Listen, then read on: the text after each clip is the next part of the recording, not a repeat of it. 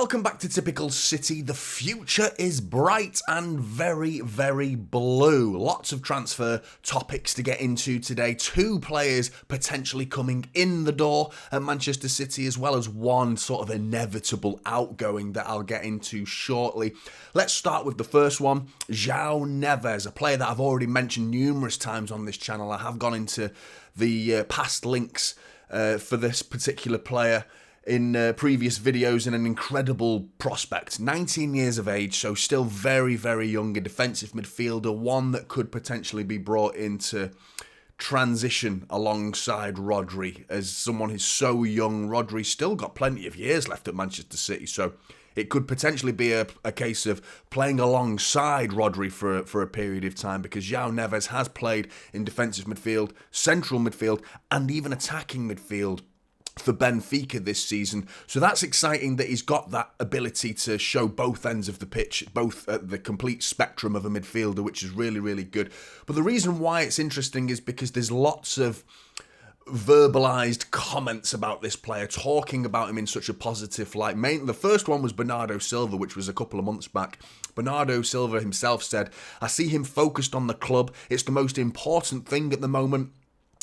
He's very new with a promising future ahead of him. He has integrated himself into the national team in the best way. One more to help try to win the European Championship if the coach thinks so. If I can, I'll put a wedge in him to go to Manchester City. Of course he will." So Bernardo Silva acting as the agent there. Bernardo Silva's agent is Jorge Mendes. Jorge Mendes, who is also the agent of Xiao Nez. Jorge Mendes has then gone on to say, as of recently with Portuguese outlet Record, saying the players will stay at Benfica until the end of the season, that's for sure. And then Rui Costa, who's the Benfica president, will decide what's best to do. And then, as with all the other players, meetings, talks, and when the time is right, the decision will be made. So it's not going to happen until the summer. That's going to be the earliest we'll likely see Xiao Nez in a Manchester City shirt, but it's an really exciting prospect, and things that City fans have been crying out for quite some time, mainly because of the absence of Rodri that we felt earlier this season with that 3-game suspension. And it's a case of who comes in, who can replace Rodri, and I mean, who can even play alongside Rodri. He's a special talent, Xiao Nez. He's one of those players, though, because of his position, it's difficult to get a really good feel of what he's all about, and statistically mainly. I'll pop his stats on the board, which you can see there. He's only got a goal and 2 assists to his name. He does have an average score rating on SofaScore of 7.5. So there is an indication there that he's a consistently good player, and he has been really cementing his place in the Benfica team this season. But in defensive midfield, you're hardly going to grab those statistical headlines, you know, the number of goals and assists. That's not his job. You need to see a full season of the player to really get an idea of what they're all about in defensive midfield. It took quite some time for Rodri to really prove himself to the Manchester City fans.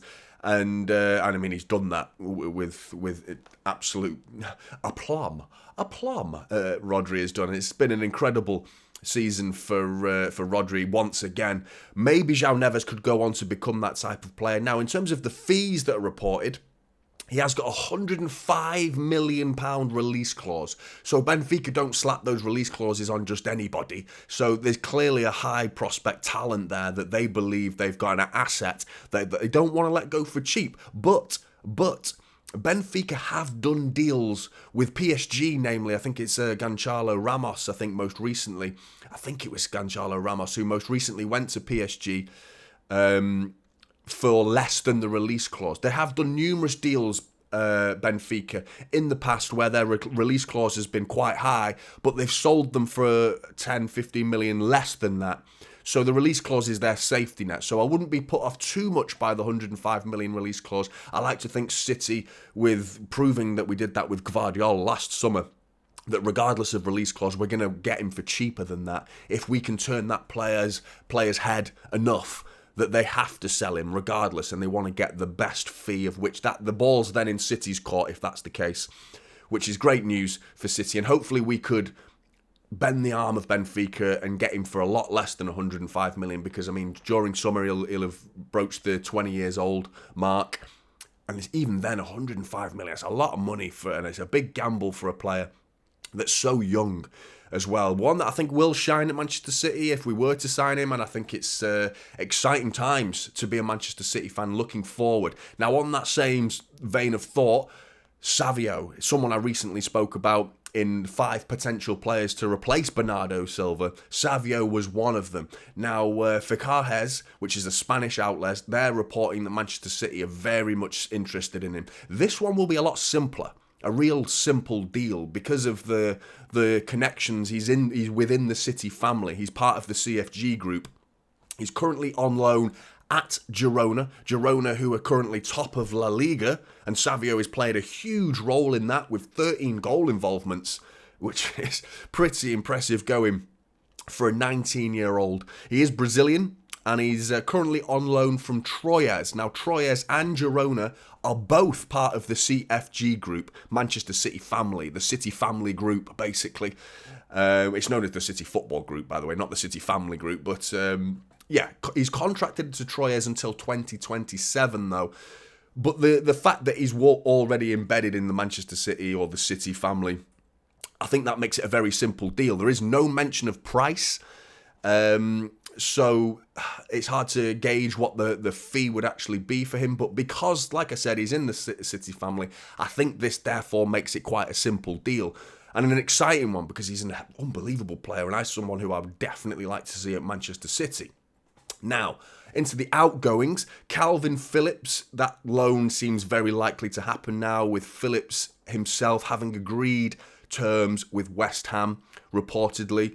City were asking, or may still be asking, for a £7 million loan fee, which West Ham are asking for a lot less than that. He's currently on roughly around £140,000 to £150,000 a week at Manchester City. That's the reported figures. What percentage of West Ham will be paying that? Yet to be found out. Will there be an obligation to buy?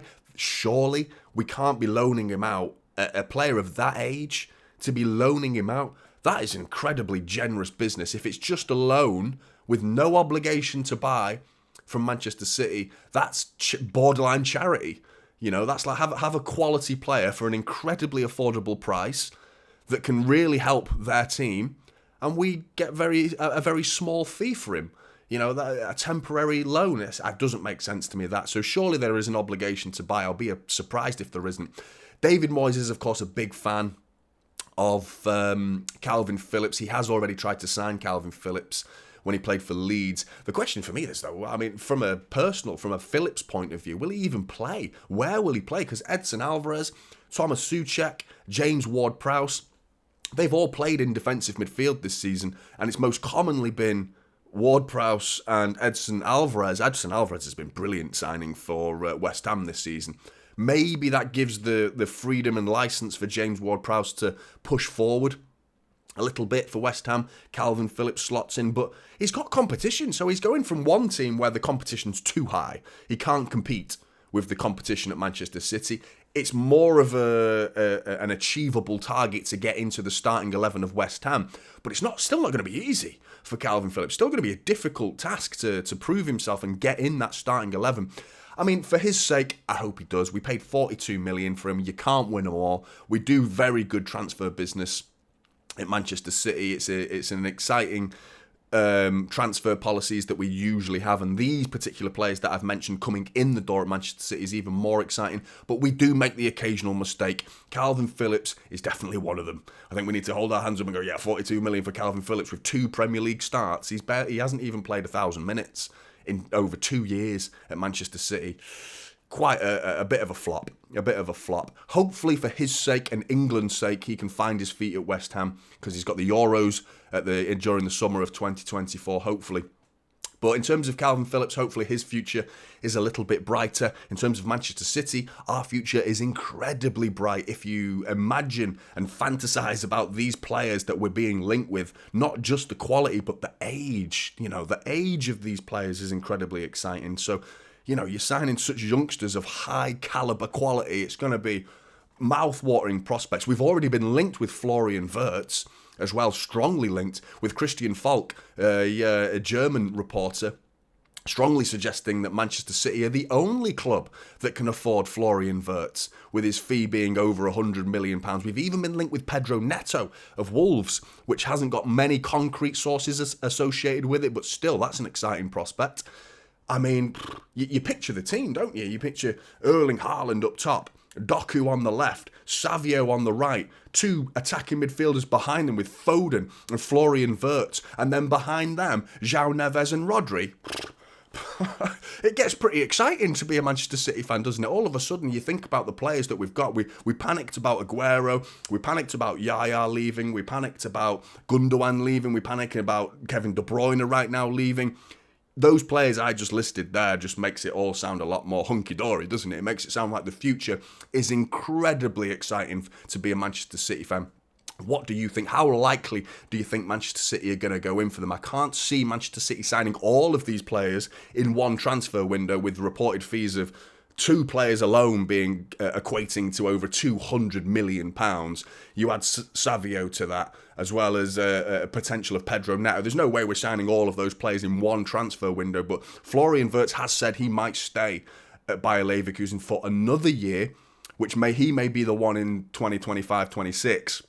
And this summer could be Xiao Nez and Savio potentially, which that's exciting alone. You add Florian Wirtz to that a year later, and all of a sudden the shape and the mould of this Manchester City side, fresh, young, incredibly prosperous talents coming into this football club. And I mean, we're back feeling good again, aren't we, after that weekend of Arsenal, Liverpool celebrating victories, as well as United signing a new CEO. It's such a petty little thing that was, it turned out to be. But Manchester City fans, exciting times. What do you think? Get in the comments below. I really want to hear your thoughts. Who do you think we're going to go for in this summer? Who would be your go-to target for this summer? Not next summer, this summer. Who would you go for? Answers in the comments. Like and subscribe. Typical City is the channel, and I'll see you in the next one. This is Typical City now.